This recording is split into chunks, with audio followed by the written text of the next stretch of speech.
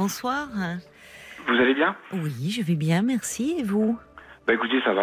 Je dormais un petit peu, mais bon, je me suis réveillé quand même pour vous parler.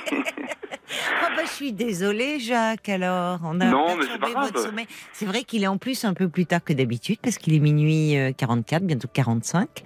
Et il y avait du foot ce soir, donc comme on a pris l'antenne à 23h30, on est à vos côtés jusqu'à 1h, ce qui vous arrange pas forcément, parce que mon pauvre, vous étiez dans les bras de Morphée.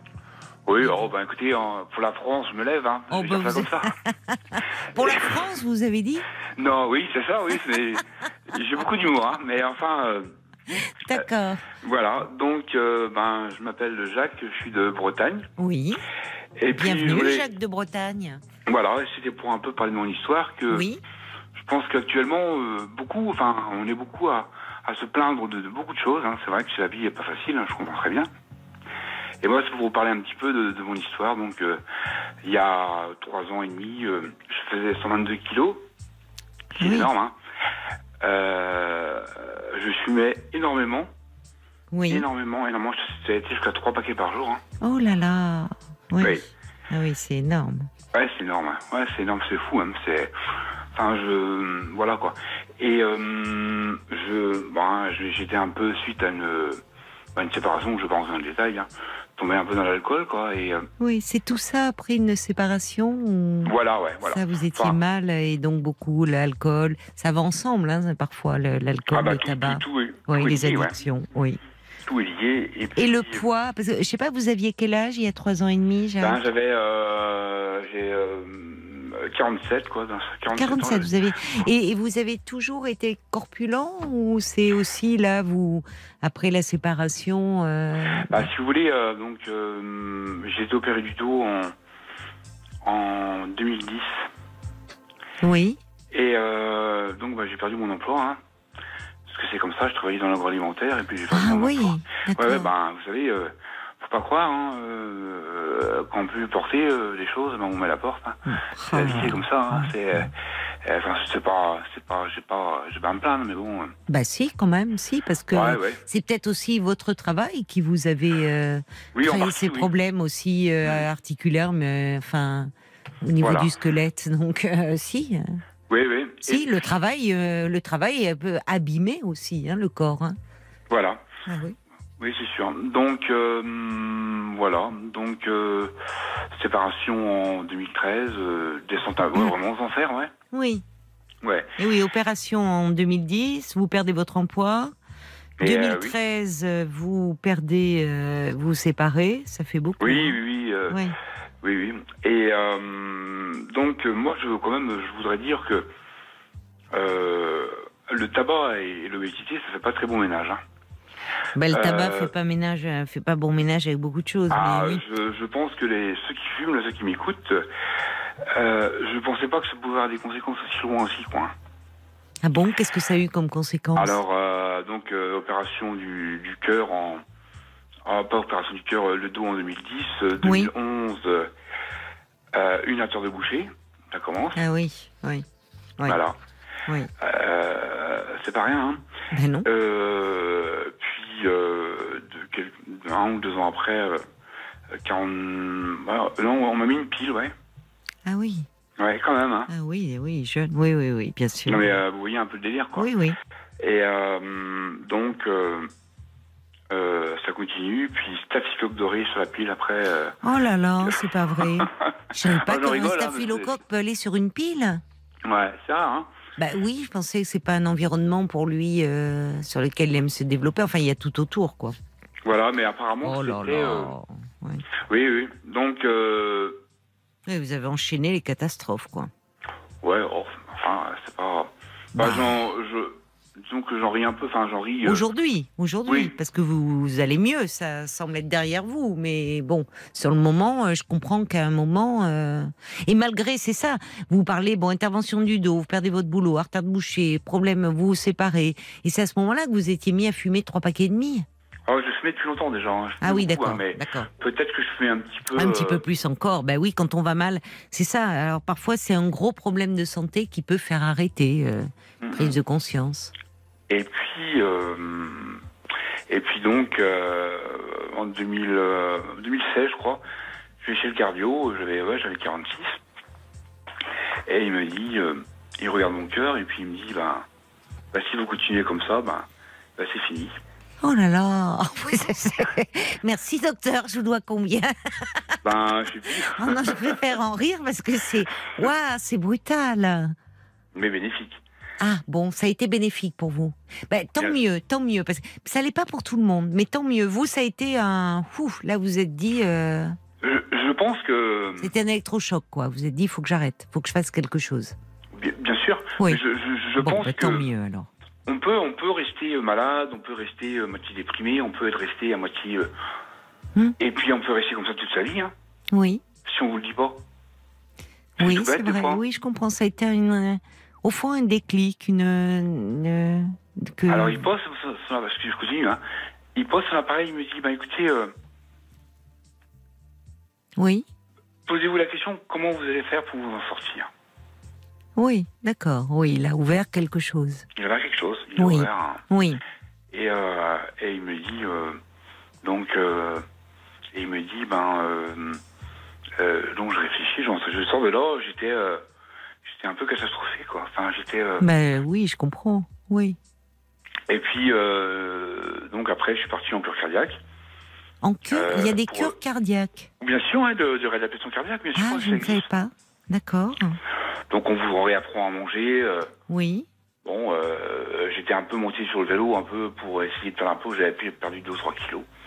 Et puis, tout bonnement, je me croyais à moitié dépressif, enfin bref, le délire, quoi. Oui, non, c'est pas un délire, parce que entre tous les graves problèmes de santé, vous avez perdu votre boulot, vous perdez votre femme, enfin, il y a de quoi être très déprimé. Enfin, vous savez, avoir perdu ma femme, je préfère être parti, hein, comme ça, c'est pas plus mal. C'est bien que vous... je suis bien contente de vous entendre dire ça aujourd'hui, mais sur le moment... Oui, vous êtes en vie, apparemment, vous vous êtes repris en main. C'est-à-dire, vous avez pris soin de vous à un moment donné, vous êtes dit. Bien sûr, c'est important, mais c'est pour ça que je pense que dans la vie, il faut vivre au moment présent, le moment qui se présente à nous. Oui. Et puis, il arrivera ce qu'il arrivera. Qu'est-ce que je vous dis, non, en fait, vous nous dites l'inverse aussi. Oui, peut-être. Parce que vous auriez pu. Là, c'est un peu fatalité. Bon, alors qu'à un moment, ce médecin qui a eu des paroles choc, mais quand même avec une écoute en disant qu'est-ce que vous pourriez faire au fond pour aller mieux. Bien sûr. Il en trouve quelque chose et dire est-ce que je continue dans quelque chose d'un peu autodestructeur? Bien sûr, tout à fait. Je suis est-ce que au fond, je vais du côté de la vie et j'essaye de remonter la pente et de m'accrocher. Bien sûr, je suis d'accord avec vous. Et de prendre soin de moi, c'est une expression qu'on dit beaucoup, mais là, ça prend tout son sens quand on vous écoute. Donc, je continue, donc je sors je vais en cure cardiaque, je commence à perdre. On me dit, voilà, je faisais 1m26 de tour de taille, je sais pas si vous voyez. Ah oui, je croyais que vous faisiez 1m26 de taille. Je mets 86. Là, je me disais, oui, d'accord. Non, je n'arrive pas à réaliser, mais effectivement, ça fait, oui. Ça les fait gens prennent la beaucoup. mètre, ils vont chez eux. Hein. Donc, je sors de la cure cardiaque, je me dis, c'est pas assez. Bon, j'avais perdu un tout petit peu. Et puis, j'ai commencé après, j'ai continué. Ce qu'on m'avait appris, hein, les choses de base, hein. C'est pas dur de faire un régime, c'est pas du tout dur, hein, je peux vous dire. Ah bon? Donc il faut s'accrocher, bien sûr. Et donc je me suis fixé un cap, il fallait que je perde, déjà que j'arrête de fumer, et j'arrête l'alcool. J'ai fait tout par objectif. Hein. Dans la vie, quelqu'un qui boit, pourquoi il n'arrêterait pas par objectif? C'est pas interdit. Les gens, ils arrêtent du jour au lendemain, des fois, et puis ils recommencent. Vous voyez ce que je veux dire, quoi. Enfin, oui, mais quand on doit arrêter de fumer, arrêter de boire et moins manger, waouh, ça fait beaucoup. Enfin, bien sûr, c'est même dangereux. Hein. Bien sûr, je le sais. Mais parce qu'en plus, je trouve que par rapport à la nourriture, c'est vrai, bon, la cigarette, l'alcool, on peut s'en passer et ça ne diminue en rien le mérite de tous ceux qui à un moment arrêtent. Mais la nourriture, c'est ça qui est compliqué. On peut pas s'en passer. On peut pas dire j'arrête la nourriture parce qu'on meurt. Donc, c'est pas si simple que ça, faire un régime, mais vous avez trouvé la force à ce moment-là. Tout d'un coup. J'ai trouvé la force oui. Et puis, quelqu'un qui est en obésité sévère, je veux dire, il a la réserve, hein. Oui, mais vous avez besoin de manger quand même au quotidien. Enfin... Ouais, mais je me suis fixé un cap, 2 kilos par semaine. Comme ça, c'était clair. 2 kilos par semaine. Tu vas perdre 2 kilos par semaine. Oui. C'était violent, hein. Donc j'ai commencé discrètement en vélo d'appartement, parce que bon, je ne me voyais pas aller sans vélo sur la route. Oui. Et puis ça a marché. Oui. J'ai arrêté le tabac par objectif, je fumais 14, enfin, admettons 14, 12, 13. Enfin, Oui, enfin, vous je avez diminuais tous les réduit. jours. Oui. Et ça a été très très dur, hein. Le tabac, c'est violent, hein. Oui. Et faut pas croire, hein. Oui, c'est vrai. C'est une sacrée drogue. Oui. C'est une sacrée drogue, c'est la pire, Oui. je crois, hein. Et donc ça a marché. Oui. Voilà, 2 kilos par semaine. Waouh. Donc pour arriver à 80... J'étais descendu à 88, je crois. 88 kilos. Ouais. Ah ouais, bah dites-moi. Ouais, ça a été en deux... Je sais plus, j'ai dû commencer... Moi, j'avais perdu un peu mon cœur cardiaque, et puis j'ai continué comme ça. Oui, même une fois rentré chez vous, vous avez pu vous tenir à cela. Et c'est bien parce que sans trop vous fatiguer, c'était raisonnable, 2 kilos par semaine, et sans souffrir trop, au fond, parce qu'il faut se faire à manger mieux, en fait. Ah ben, si je peux vous dire, j'en ai mangé de la salade. Hein. Oh là là. Ouais. Ah mais j'en ai mangé, hein. Et ça allait? Enfin, ça, je vous pose la question parce que oui, la salade, ça remplit l'estomac, mais...